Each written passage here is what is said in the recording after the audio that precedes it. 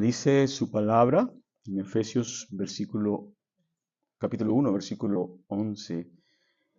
En él asimismo tuvimos herencia, habiendo sido predestinados conforme al propósito del que hace todas las cosas según el designio de su voluntad, a fin de que seamos para alabanza de su gloria, nosotros los que primeramente esperábamos en Cristo.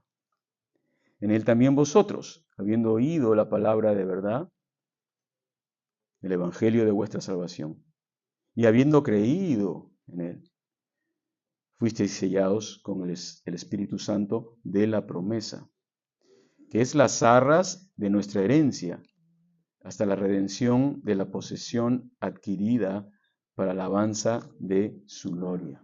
Amén. Su palabra.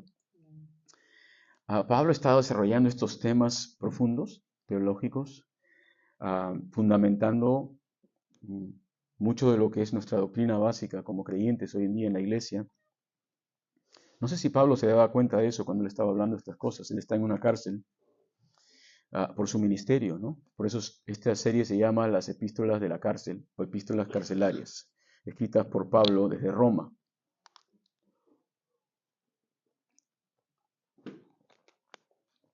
Y Pablo estaba preocupado por los problemas constantes que habían en la iglesia, las divisiones que habían en la iglesia, que siempre han habido, pero él estaba preocupado sobre todo por el aspecto de lo que tenía que ver con su ministerio a los gentiles,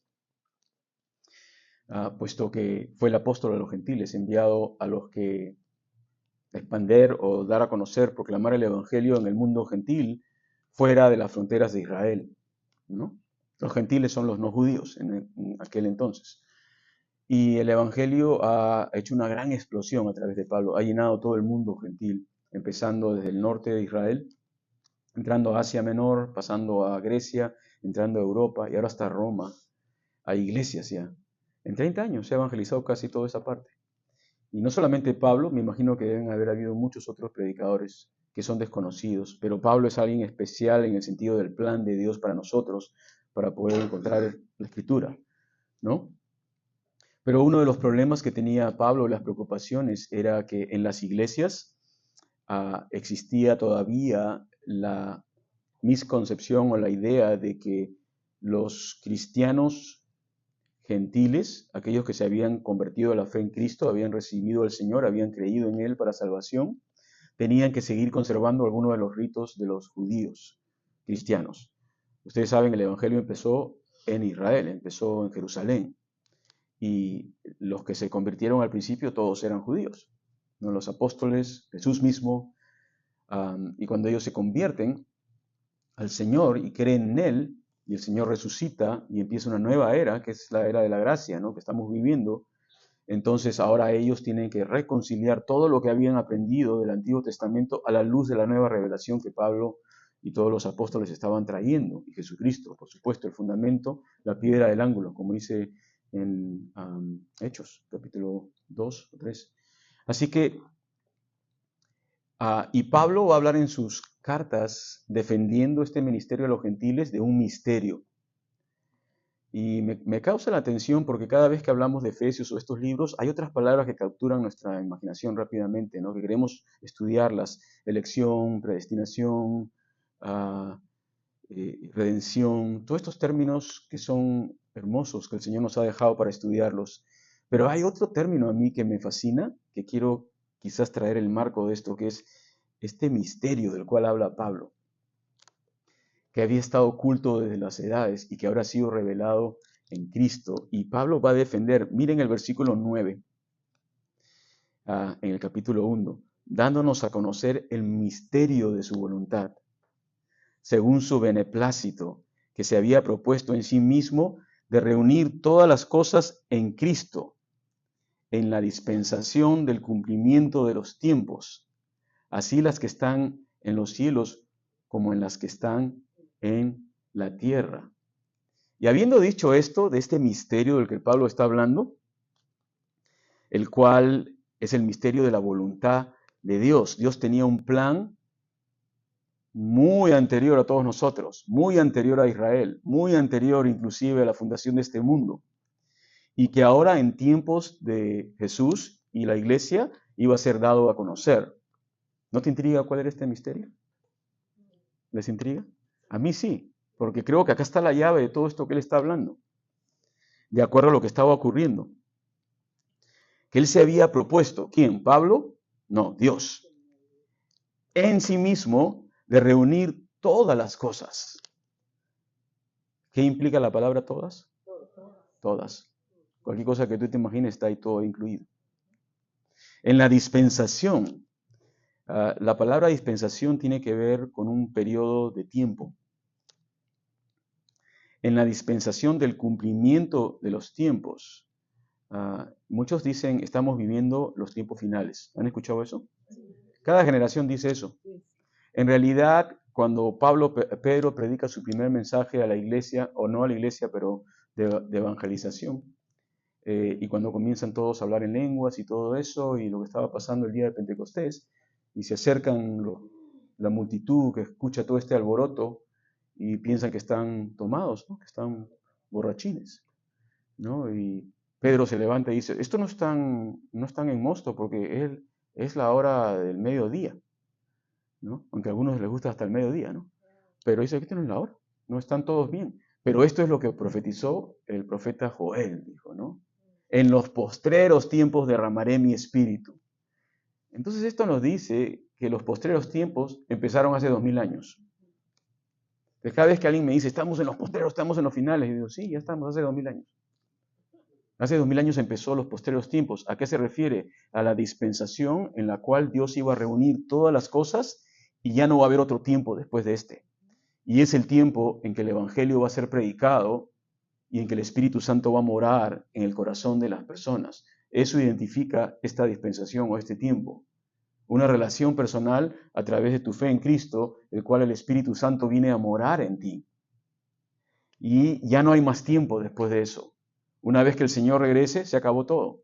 Entonces estamos viviendo en esa dispensación, en ese tiempo final. Ahora, ¿podríamos decir que estamos viviendo en el tiempo final? Muy probablemente que estamos acercándonos a la última parte del tiempo final. Pero recuerden que para el Señor un día es como 1000 años. Y quizás los discípulos, no quizás, pero la Escritura nos dice que ellos pensaban que el final iba a ser en su generación. ¿Se acuerdan lo que le dijeron a Jesús? Señor, ¿cuándo habrán de cumplirse todas estas cosas? ¿No? ¿Cuándo es la señal de tu regreso? Ellos querían que ya pase en ese momento.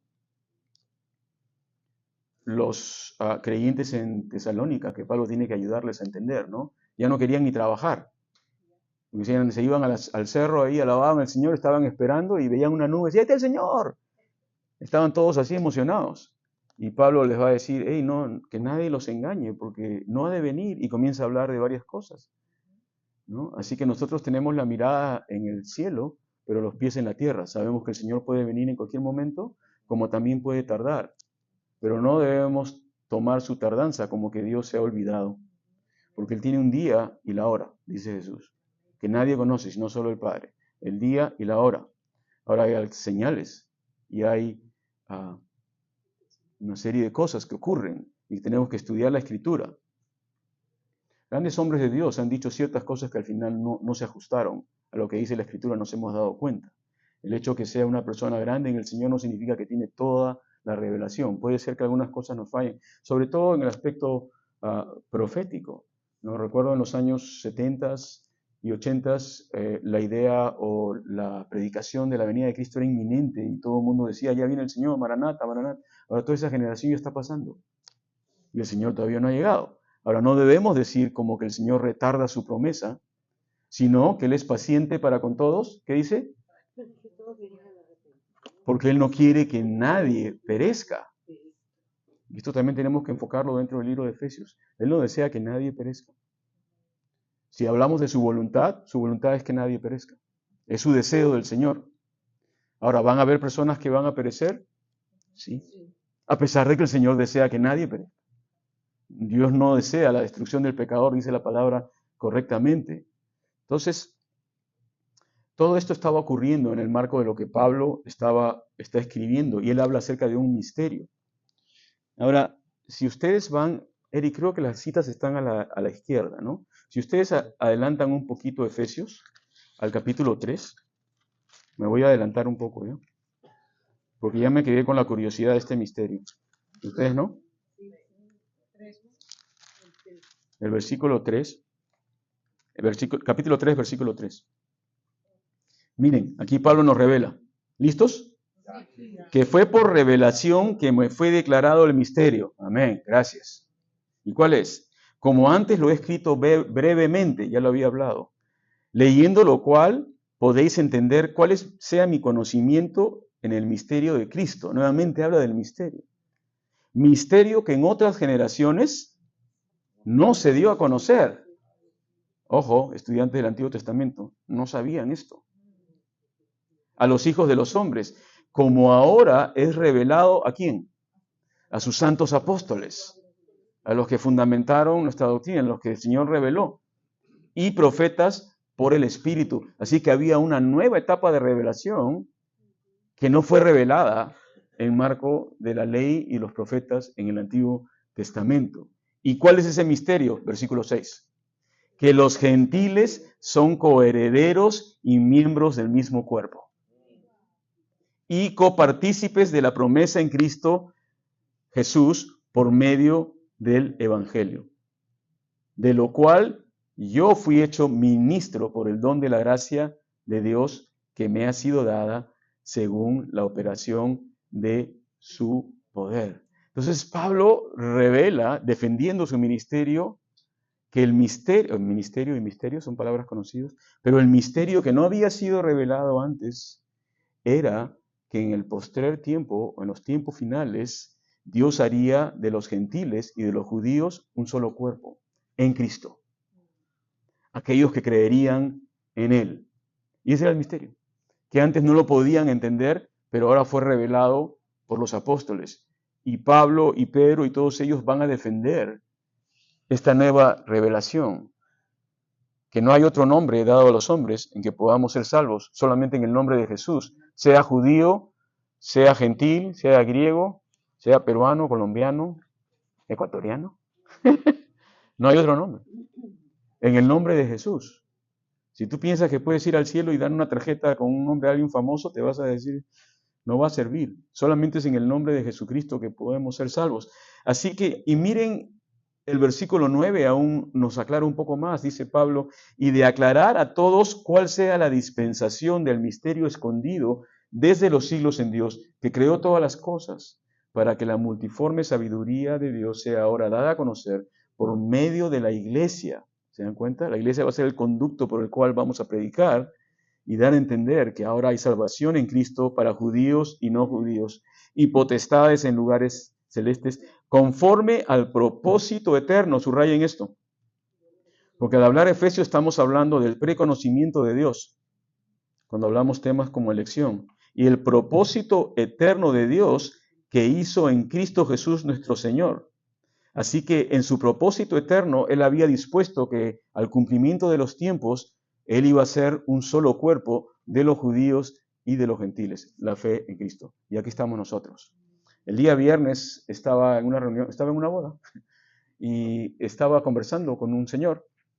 Yo lo conozco a él, lo he conocido una vez. Yo sabía quién era, pero Verónica no sabía. Entonces Verónica les comenzó a hablar y la pareja bien agradables, él es de Nueva York, ella es de New Jersey, comenzamos a hablar un montón de cosas. Y se interesó, porque nosotros éramos peruanos y quería escuchar el testimonio de nosotros. Mi esposa le contó, Verónica, ella bien animada, ustedes saben, ¿no? Bien así, hablando. Se ríe la Claudia, ¿no? Diciendo todo lo que, la historia. Y ellos escuchando así, ¿no? Y ya nos fuimos aparte y le digo, Verónica, ¿sabes quién es ese señor? No, ese señor se llama Joel Rosenberg. Joel Rosenberg es,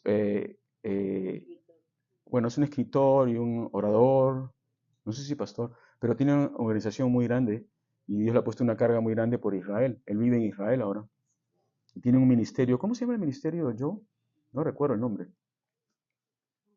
Bueno, pero es grande la cosa. Tiene, ¿no? Y es una persona con, pero muy sencilla, muy sencillo. Y yo le pregunté, le hice una pregunta, señor Rosenberg, le digo, usted vive en Israel, sí, me dice, hace 12 años. ¿Cómo ve el movimiento del Espíritu Santo en Israel. Hay más apertura, más judíos están llegando a conocer al Señor. Y él me dijo, sí, es increíble lo que está pasando. Muchos están ahora abriendo sus ojos. Lo que antes era imposible, ahora están curiosos, quieren saber más, quieren entender más el Dios de los cristianos. Antes ni siquiera querían escuchar, pero ahora ya están más interesados. Porque Pablo dice en Romanos, en el capítulo 10, si no me equivoco, que nuestra fe debe provocarle a celos a ellos, a los judíos. Porque ellos son los herederos de las promesas, ellos tienen las promesas para Israel. Sin embargo, nosotros tenemos la relación con Dios y ellos no la tienen. Y cuando tú les hablas de que yo tengo un Dios personal y que yo oro a Él, tú oras a Él directamente, claro. No tienes que ir a la sinagoga. No, yo puedo orar directamente. Yo puedo hacerlo. Y no necesitas sacrificios, no. Ya el sacrificio es uno. Y se comienzan a interesar porque les da celos de que tú tengas una relación tan directa con Dios y ellos necesiten tantas cosas y tantos ritos. Y muchas de las religiones tienen todas esas cosas, esos obstáculos, esos pasos a seguir para acercarte a Dios. Y tú vienes y dices, no, yo hablé con el Señor esta mañana. Es una de las cosas que primero me asombró cuando me convertí. Un amigo mío me hablaba de Jesús como que se había tomado un café con él en la esquina, ¿no? Sí, que el Señor me dijo y yo hablé y le pregunté, ¿y qué Señor le digo? ¿El Señor de la esquina? No, no, el Señor. ¿Cómo que te dijo? ¿Qué es eso que te dijo? Y yo pensaba, me hablaba como que había estado en su cuarto, ¿no? Hablando con él. Y es verdad. Tenemos acceso al Señor, a una relación personal que tenemos que apreciar y cuidar con mucho cuidado, ¿no? Por su gracia. Pero entonces, esto es lo que Pablo estaba defendiendo, porque los judíos que eran cristianos o mesiánicos, como tú quieras llamarle, se creían exclusivos. El judío siempre creyó exclusivo, que ellos tenían el pacto de Abraham, las promesas de David y el mundo, que se vayan a donde quieran. Nosotros somos el pueblo elegido. Y ahora viene Pablo y dice, un momentito, Dios también tiene un plan para los gentiles, así que no se me crean mucho. Y va a hablar de términos como es la elección y la predestinación. Y miren lo que dice, volvamos nuevamente al capítulo 1. Vamos a ver que él diferencia dos grupos de personas para reafirmar lo que estamos enseñando.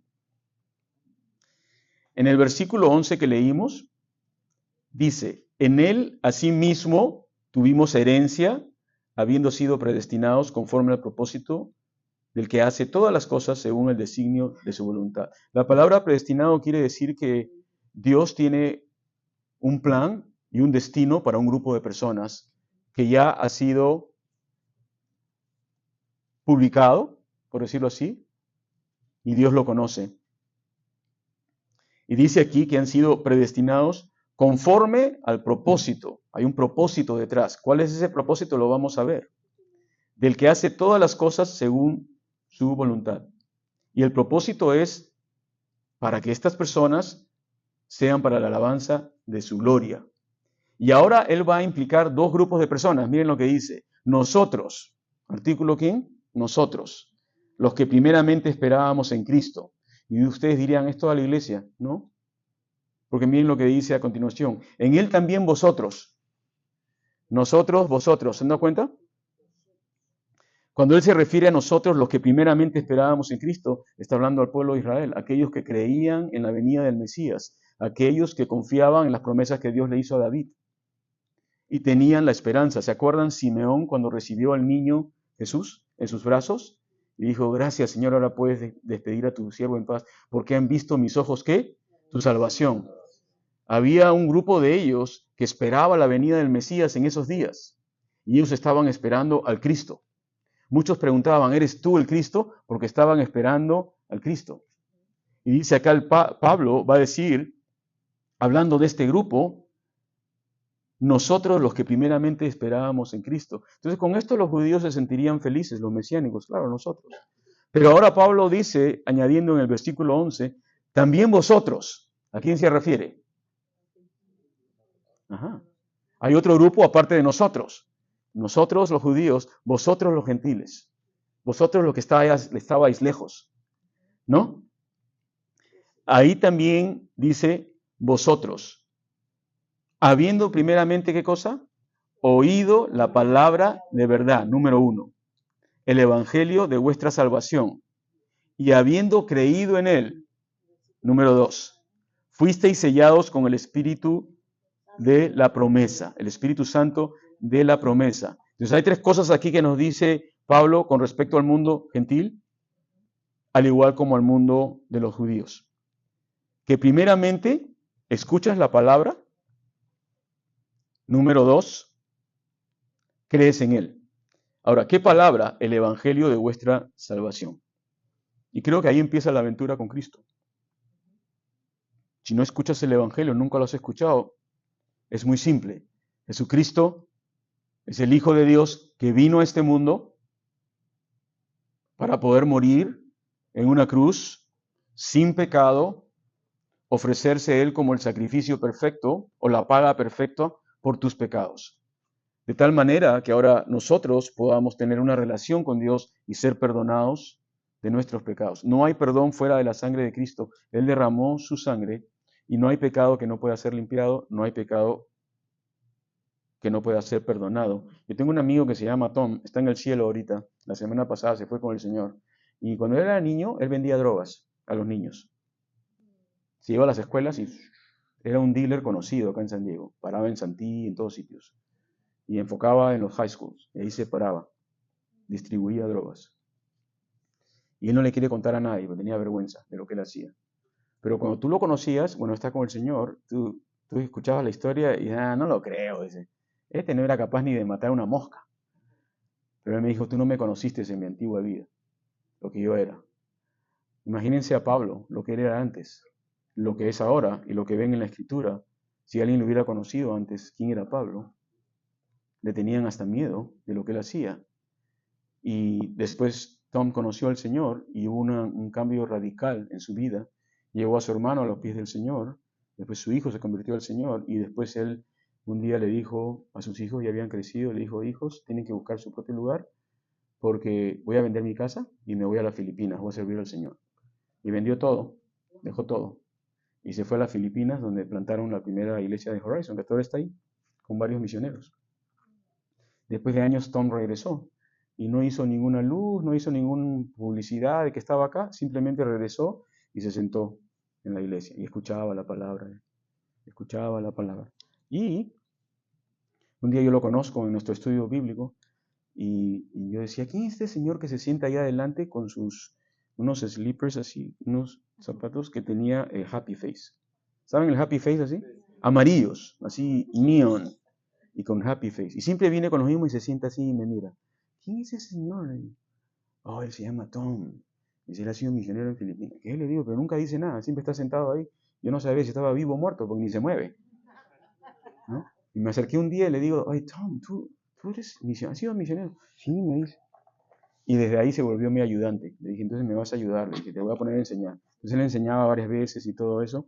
Y un hombre muy dulce, muy genuino y de una fe bien grande. Y ahí me contó su experiencia. Me dice, tú no me conocías antes. Le dije, ni tampoco quiero conocerte, me basta con el que eres ahora. No quiero saber nada más. No, lo que fuiste antes no me importa, le dije, pero ahora yo te veo, eres un hombre de Dios. Y compartía la palabra, tenía mucha sabiduría. Y cuando fui a despedirme de él el último día, antes de que él parta, todavía estaba un poco consciente y le agradecí, le digo, Tom, gracias. No sé qué voy a hacer ahora, porque no, ya te me vas y no tengo asistente. Me dice, no te preocupes, me dice, el Señor va a mandar otro. Y así es el Señor, ¿no? Él levanta a otra persona y él me agradeció y me dijo, yo espero haber sido digno de las cosas. Y le, ya quisiera ser como tú, le digo, ¿no? Y ya se fue con el Señor, está con el Señor, ¿no? Está ya en su morada celestial. Pero aquí hay un hombre que escuchó la palabra, el Evangelio, un día, y creyó, y creyó. Y después de creer que él era pecador y que Cristo había muerto por él, se arrepintió y recibió el Espíritu Santo, fue sellado con el Espíritu Santo. Ahora, el sello del Espíritu Santo, la presencia del Espíritu Santo no es algo que Dios te da y después se va. Si tú creíste en Cristo, tengo buenas noticias. Tú has sido sellado con el Espíritu Santo. Es el sello de pertenencia. En otras palabras, tú le perteneces a Dios. En el antiguo mundo, en el mundo ancestral, para poner pertenencia ponían un sello, ¿no? Un sello de pertenencia. Tú me perteneces a mí. A los esclavos se les sellaba. No había un sello con fuego. Hasta ahora no lamentablemente eso ha ido ocurriendo hasta tiempos recientes, ¿no? Se sellaba a las personas. Y era un sello doloroso. pero era un sello que tú no te lo podías sacar. Eso implicaba que tú eras propiedad de alguien hasta que te mueras. De la misma manera, cuando tú crees en Cristo y le entregas tu vida a Él, tú eres sellado con el Espíritu Santo y el fuego del Espíritu y ya tienes una marca que no te la puedes sacar. Esa implica que eres de Él, porque Él te ha dado su Espíritu. Ahora, tiene muchas implicancias la presencia del Espíritu en nosotros, porque cuando el Espíritu está en nosotros, comienza la etapa o el proceso de cambio, ¿no? Lo que la Biblia llama regeneración. Comenzamos a cambiar, como dice, creo que está en... esto me encanta, este versículo. No sé si lo encuentro. Creo que lo tienes ahí en Pedro, un versículo en Pedro que creo que puse. O en Corintios. No, en Corintios. Está en Corintios. A ver, ponle. No, ese no es. Ese no es. Ah, Romanos 8:29, por supuesto. Ahí está.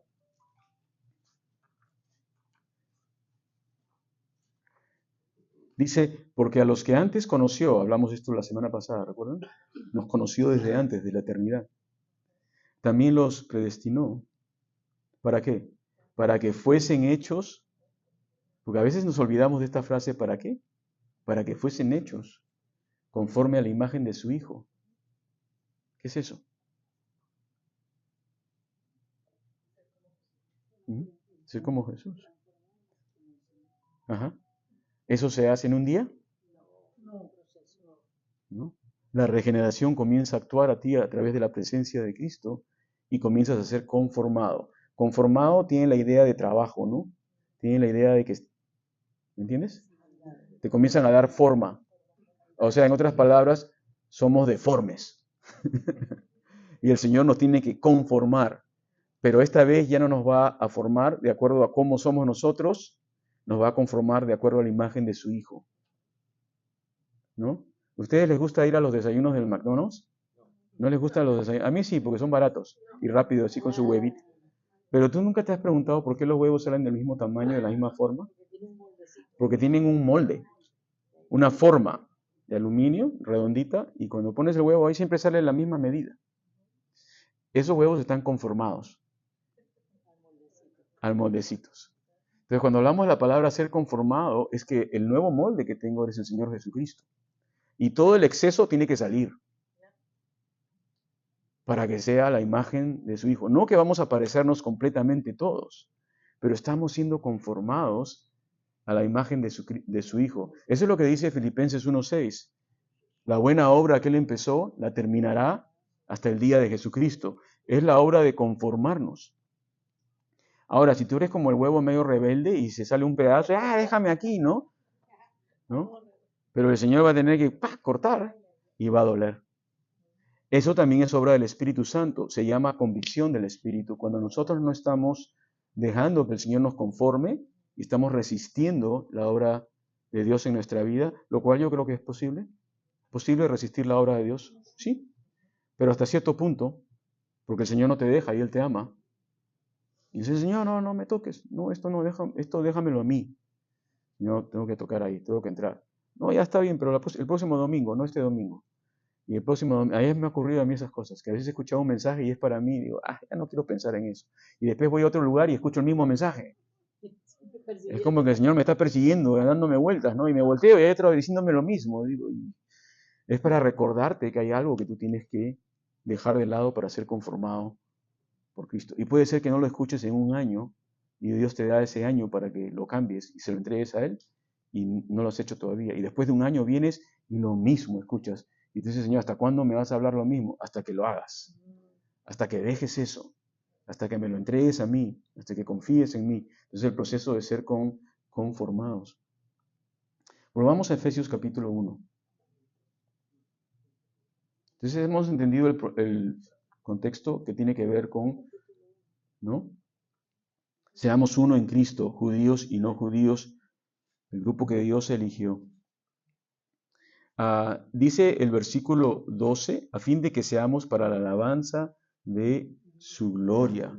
Eso es lo que Dios quiere, tener un grupo de creyentes, un cuerpo que pueda darle gloria a Él, que podamos darle gloria al Señor. Versículo 14 habla acerca de las arras del Espíritu, que es nuestra herencia, hasta la redención de la posesión adquirida. Es que aquí hay como una transacción, ¿no? No sé cuántos de ustedes entienden esa palabra transacción. Transacción es una palabra comercial, ¿no? Tú das algo y obtienes algo. ¿Saben de eso, no? ¿No compran en Amazon todos los días? Son transacciones, ¿no? Transacciones. Tienes tu tarjeta de crédito, ahí sacas y ya y obtienes algo, ¿no? Bueno, se produjo una transacción hace más de 2000 años en la cruz. Y la transacción tenía que ver con un precio y tenía que ver con una forma de pago y tenía que ver con una propiedad. Entonces Dios estaba efectuando la transacción. ¿Y cuál era la transacción? Que era para poder redimir o comprar al hombre y su salvación, él tenía que pagar un precio. Y el precio por ese hombre o por esa alma era la sangre de su Hijo o la vida de su Hijo Jesús. Tenía que morir alguien sin pecado. Y Jesús dijo, yo voy. Y se hizo el plan desde la eternidad. Y Jesús viene y Él es el pago. Entonces en la cruz se está produciendo una transacción en la cual Él muere y es una forma de pago. Él paga completamente, no como nosotros pagamos por cuotas, ¿no? Nosotros 24 cuotas, ya mejor, ¿no? No, el Señor no pagó 24 cuotas, la pagó una sola, un solo pago efectivo, ¡pum!, la muerte. Y ahí da su sangre y en ese momento completa esa obra y se completa la transacción. Ahora, el precio ha sido pagado y la salvación está disponible. Mi entendimiento de la Escritura es que la salvación está disponible para el ser humano. Porque de tal manera amó Dios al mundo que Él envió a su Hijo para que todo aquel que en Él cree no se pierda, mas tenga vida eterna. Él no desea que el hombre se pierda. Y esto ha sido motivado por el amor de Dios, porque de tal manera Dios amó al hombre. Es algo que no podemos entender porque si nosotros fuésemos algo cercano a Dios, no amaríamos al hombre, pero Él sí lo ama, porque son su creación. Entonces el Señor está haciendo una invitación, el pago ha sido hecho. Yo no puedo ser salvo por obras, yo no puedo hacer el pago, en otras palabras, yo no puedo presentarme delante de Dios y pagar yo mismo, no tengo nada con qué pagar, ninguna obra que yo tenga va a poder pagar, pero el pago ya fue hecho. Entonces dice aquí la palabra, si escucho este mensaje y creo en él y creo que el pago fue hecho, asunto arreglado. La salvación es tuya, dada por Dios para ti. Y eres sellado con el Espíritu Santo de la promesa, que es las arras, la marca de la herencia. Entonces Dios te llama su herencia. ¿No te parece lindo eso? Que Dios te llame su herencia, ¿no? No sé si tú piensas a veces cuánta herencia tienes en este mundo, ¿no? Yo no tengo mucha, pero aquí Dios dice que tú eres la herencia del Señor y que un día Él viene para tomar la posesión adquirida, para tomarla. Porque ¿de qué vale comprar algo y no tenerlo? ¿No? No tenerlo contigo. Imagínate, compras un carro último modelo y lo dejas en el dealer. Y te vas a pie y tomas el bus. Pero el carro está en el dealer. Es tuyo, pero nunca fuiste a recogerlo. No vas a gozar los beneficios de lo que pagaste. Ahora, Dios pagó por nosotros en la persona de Jesucristo. Y como dijo Jesús, yo quiero que donde yo estoy, ustedes también estén. Los hemos comprado para que estén con nosotros, no para que estemos lejos. Eso implica la idea de una familia, ¿no? Porque no es la idea de una familia estar juntos. No es la idea que tú te dueles cuando tus hijos están lejos y tú quieres estar con ellos y cada vez que los ves te sientes, pero, ¿no? Buena onda. O sea, con Dios es lo mismo. Él dice, ustedes son mi familia, no son unos números, no, son mis hijos y yo los quiero junto conmigo. Y un día Él va a regresar para tomar posesión, la posesión adquirida. ¿Ok? Entonces, ahí tienes tu sellito y le perteneces al Señor y vive para la alabanza de su gloria. Versículo 15. Por esta causa también yo, habiendo oído de vuestra fe en el Señor Jesús y de vuestro amor para con todos los santos, no ceso de dar gracias por vosotros, haciendo memoria, dice, en mis oraciones. Entonces hay tal cosa como ejercer la memoria por otros, ¿no? Es un buen ejercicio de la memoria, ¿sabes qué? Pensar en otros, acordarte de otros, acordarte de otros. Esta semana yo me estaba acordando de un gran amigo y puse una foto, no sé si ustedes la vieron en el chat. César Valdés, ¿no? Y José Luis. Me vinieron a la mente los dos. Hice una oración por ellos, ¿no? No estoy en contacto con ninguno. Con José Luis un poquito más, con César nada. ¿Y algunos se acuerdan de él? ¿Cuántos se acuerdan de César Valdés? César Valdés. Are you in touch with him? Yeah. ¿Tú te acuerdas de César Valdés, no? ¿Cuál era la conciencia que dos Césares estaban acá juntos? ¿No? Y él nos ayudó mucho en esa etapa del ministerio, ¿no? Sirvió mucho al Señor en esa etapa. Pero yo levanté una oración por César en memoria. Estaba leyendo esto y decía, haciendo memoria de ustedes en mis oraciones. Entonces, cuando tú oras, puedes ejercitar la memoria, acordarte de personas que has conocido y orar por ellas. Hacer una oración. No digas solamente, voy a orar por ellos. No, ora en ese momento. Porque si algo que yo he aprendido es que cada vez que digo, voy a orar por esa persona, ya no oro. Entonces es mejor agarrar y detener tu día en ese momento y hacer una oración en ese momento. Y orar por esa persona. Y es un buen ejercicio para la memoria. Estate orando por personas las cuales vienen a tu memoria porque quizás Dios los trae a tu vida con ese propósito. ¿No piensas tú? ¿Ok? Entonces Pablo va a doblar sus rodillas por esa causa, habiendo yo también oído de dos cosas: vuestra fe en el Señor, versículo 15, y vuestro amor para con todos los santos. Había evidencia de que habían sido sellados con el Espíritu Santo. ¿Cuál era esa evidencia? Que Pablo dice que escuchaba u oía de la fe de ellos. Y también oía o escuchaba del amor que tenían para todos los santos. Entonces no hay tal cosa como que eres sellado con el Espíritu Santo y no hay fe y no hay amor. No hay tal cosa como eso. En nuestra sociedad hoy día muchos claman ser cristianos. En la televisión, todo el mundo, yo soy cristiano y que esto, que lo otro, no sé cuánto. Estas dos son las dos marcas. Tienen fe en el Señor Jesucristo, confianza en que Él murió por ellos en la cruz, admiten esta verdad, tienen fe que Él es el Hijo de Dios, creen en Él, o es todo simplemente valores cristianos. Mucha gente está en esa onda hoy día. Yo soy cristiano y tengo estos valores y bla, bla, bla. Valores, todo el mundo tiene valores. Pero ¿tienes fe en Jesucristo? En otras palabras, ¿crees que Él te ha salvado de tus pecados? ¿Crees que Él murió por ti? ¿Crees que Él es el Hijo de Dios? Porque si no, la fe solamente se convierte en un sistema de creencias como cualquier otro, ¿no? Que hay un montón de sistemas de creencias en el mundo. Ahora, esa fe de salvación, esa fe de creer en el Señor Jesucristo, debe llevarte al amor. Y de vuestro amor para con todos los santos. Y el amor es algo que es más que un verbo, se practica. Se ve el amor entre los hermanos. Y esas dos cosas eran evidentes en los Efesios. Yo me pregunto si eso fue el motivo por el cual Pablo les escribió estas cosas, porque era una iglesia donde había amor. Y él podía revelar estas cosas a ellos. Y por ejemplo, no lo hizo con los Gálatas, ¿no? A los Gálatas no les dijo, ustedes son la herencia. ¿Sabe lo que le dijo a los Gálatas? Insensatos, les dijo, ¿no? Los Gálatas estaban en otra onda, pero los Efesios estaban en el Señor, en la fe y en el amor. Y si tú estás en la fe en Cristo y en el amor de Cristo, Dios te va a hablar y te va a revelar otras cosas en tu vida. Vas a poder entender la Escritura mejor, ¿no? Entonces tenían una fe que era obediente y un amor que era imparcial, porque dice aquí que su amor era para ¿cuántos santos? Para con todos. No era que, a mí me gusta este grupito, pero el otro no. Estos me caen bien, pero los de allá no me caen bien. No, es que no puede haber, esto se me viene cayendo, estoy yo dándole vuelta. Voy a hacer un jueguito, a ver. Voy a hacer un jueguito, espérense. Ahí está, ahora sí. Quédate ahí. Entonces, el amor no discrimina. No podemos amar solamente a los que nos gusta. Y aún más, el Señor te manda a amar a los que no te gustan. Al que no quieres estar con esa persona, a ese el Señor dice, ámalo más, sírvelo más. Porque ese es el cambio del Evangelio. El Evangelio no solamente es amar a las personas.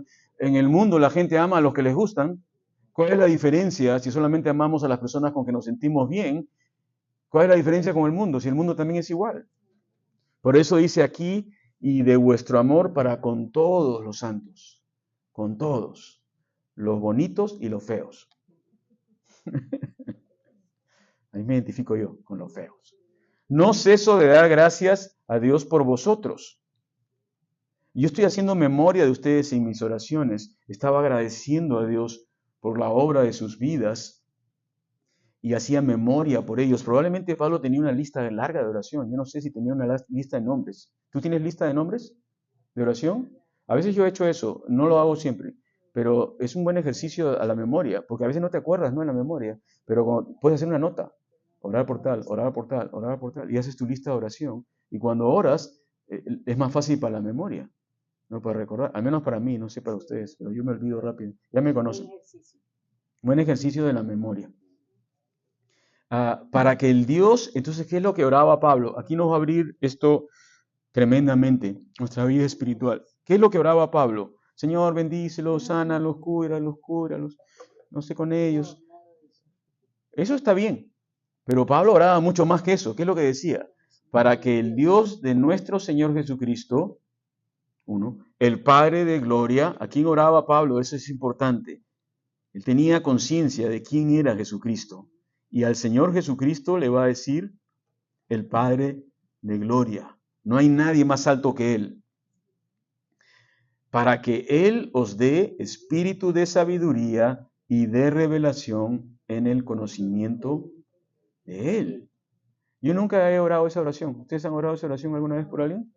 Siempre oramos, Señor, ayúdalo, bendícelo en su trabajo y prospéralo y cura. Está bien, oramos todo eso. No se trata de repetir esto, pero lo que nos habla es de que Pablo estaba un poco más adelante que nosotros, poquito. Tenía conciencia del verdadero problema del ser humano y aún del creyente. ¿Y cuál es ese problema? ¿Mm? ¿Cuál es ese problema? Pero ¿cuál es el problema? ¿Por qué oraba por eso? Pónganse a pensar, ¿por qué Pablo tenía que orar para que tengan espíritu de sabiduría y revelación en el conocimiento de él? Porque no lo tenían, probablemente, ¿no? Pero ¿qué dice la palabra? Si eran creyentes. Dime, ¿tú eres creyente? Sí. ¿Entiendes todas las cosas? Necesitamos de esto. ¿Por qué? Porque las cosas que son del Espíritu de Dios tienen que ser reveladas por el Espíritu de Dios. No es a través de tu propia capacidad que tú puedes entender todas estas cosas. No te pierdas en estas cosas. Yo a veces me pierdo. Y tengo que regresar y clamar a Dios y decir, Señor, dame tu espíritu de sabiduría y revelación. Quiero poder entender. Y en algún momento Dios te da eso y se abre lo que Dios te quiere hablar. Y puedes entender. Así que si alguien pretende académicamente o escoláricamente entender todas estas cosas, yo dudo que se puedan entender. Tiene que ser por revelación, tiene que haber el Espíritu Santo en tu vida hablándote, abriendo tus ojos. Ahora, tenemos muchas herramientas para entender todas estas cosas, mucha información, pero yo no creo que nada reemplaza a lo que es el Señor en tu vida. Es mi opinión. Nada puede reemplazar a tener tu propia relación con el Señor y leer tu Biblia y orar para que el Señor te pueda conceder espíritu de sabiduría y revelación en el conocimiento de Él. ¿Y por qué es importante esto? Porque la palabra conocimiento es la palabra griega epignosis. Epignosis significa conocer algo que te va a cambiar. Es un conocimiento que te va a transformar, un conocimiento que va a traer un cambio a tu vida, a tu comportamiento, a tu vida práctica. No es solamente un conocimiento por el cual tu cabeza va a comenzar a crecer así. Y después vas a necesitar no entras ni por la puerta. Yo sé tanto. Y a veces hay gente así, ¿no? Te encuentras con gente que sabe un montón. Y apenas conversas con ellos, te hacen saber que ellos saben. Y te quedas así. Tú te vuelves chiquito y ellos se vuelven grandes. Y mejor no hablo con él porque sabe mucho. Sin embargo, el verdadero conocimiento de Dios es todo lo contrario. Te ayuda a conocerlo a Él, y al conocerlo a Él, te vuelves más como Cristo. No significa que te quedas callado, pero tienes un concepto realista de quién eres tú y un concepto real de quién es Dios. Porque eso es lo que quiere Pablo, que conozcamos a Él. Muchos dicen, incluido yo conozco al Señor. Y la pregunta es, ¿le conoces de verdad? Es diferente decir, yo conozco a tal persona, que realmente conocer a tal persona. Puede ser que tú lo hayas saludado, le hayas dado la mano, o puede ser que de vez en cuando se vean, pero ¿le conoces? ¿Conoces, lo conoces más allá de darle la mano o de vez en cuando? De la misma cosa es con el Señor. Podemos conocerlo, sí. ¿Tenemos salvación en Él? Por supuesto. Pero Pablo va a decir, ¿realmente le conoces? Y Pablo nos va a hablar de diferentes aspectos de lo que significa conocerlo a Él. Habla de sabiduría, revelación, que tiene que ver con remover el velo, sacar lo que está delante de nuestros ojos para poder verlo claramente. Y el Señor Jesús en Mateo 11:25, Él dice, te alabo, Padre Señor del cielo y la tierra, porque escondiste estas cosas de los sabios y de los entendidos y se las revelaste a los niños. Así que bienvenidos al jardín infantil, que estamos acá, el jardín infantil, todos. ¿Se cambiaron su pañal hoy día, seguro? Okay. El jardín infantil son todos los que están acá, ¿no? Si eres un niño y sencillo en las cosas de Dios, Dios te va a hablar y va a compartir con él, contigo, su sabiduría. No va a ser a través del conocimiento de los hombres de este mundo, va a ser a través de tener la actitud correcta delante de Dios. Para eso necesitamos dos cosas, el estudio y la meditación de la palabra de Dios, para que instruya nuestra mente. Y lo segundo es pedir que Él nos alumbre el corazón a través de su espíritu para poder entender. Pero lo primero es el estudio y meditación de su palabra. No es que Dios te va a revelar todo si ni siquiera tocas la Biblia. Algunos dirán, oh, el Señor no me habla, pero ni siquiera has abierto la Biblia. ¿Por qué no la abres y comienzas a ver que Dios te habla? Y después que la abres y la lees, ahí el Señor va a comenzar a revelar su palabra, porque es una obra del Espíritu en tu vida. Miren lo que dice el versículo 18, esta es la llave y ahí nos quedamos. Dice, alumbrando los ojos de vuestro entendimiento. Entonces, el entendimiento humano necesita ser alumbrado, iluminado por el Espíritu de Dios. Porque el conocimiento de Dios es el conocimiento más elevado que existe. No hay un conocimiento más elevado que el conocimiento de Dios. Olvídate. No me vengan que hay, que no me vengan. No hay otro conocimiento más elevado que el conocimiento de Dios. Su revelación, porque el conocimiento de Dios tiene el poder para transformar, para salvar, cosa que no tiene el conocimiento del hombre. Tiene poder para corregir las ideas que están falsas, los conceptos distorsionados. La palabra de Dios tiene ese poder. Y muchas otras cosas que a veces nosotros nos volvemos idólatras con esas cosas, pero el conocimiento de Dios cambia todo. Así que los ojos de nuestro entendimiento, dice Pablo, tienen que ser alumbrados. Tienen que ser alumbrados. Como dice Jeremías, escuchen bien esta escritura, Jeremías 9, 23, 24, dice, así dice Jehová, no se alabe el sabio en su sabiduría, ni en su valentía se alabe el valiente, ni el rico se alabe en sus riquezas, mas alábese en esto el que hubiese de alabar, en entenderme y conocerme, que yo soy Jehová, que hago misericordia, juicio y justicia en la tierra. Porque estas cosas quiero, dice el Señor. Amén. Así que vamos a dejarlo aquí, porque creo que ya tenemos la hora. Uy, sí, se me ha pasado un poquito. La semana próxima vamos a estar hablando del entendimiento espiritual, un poco más de lo que el Señor nos va revelando. ¿Ok? Continúen orando por esto y amén. Gracias, Señor, por tu palabra, en el nombre bendito de Jesús. Amén.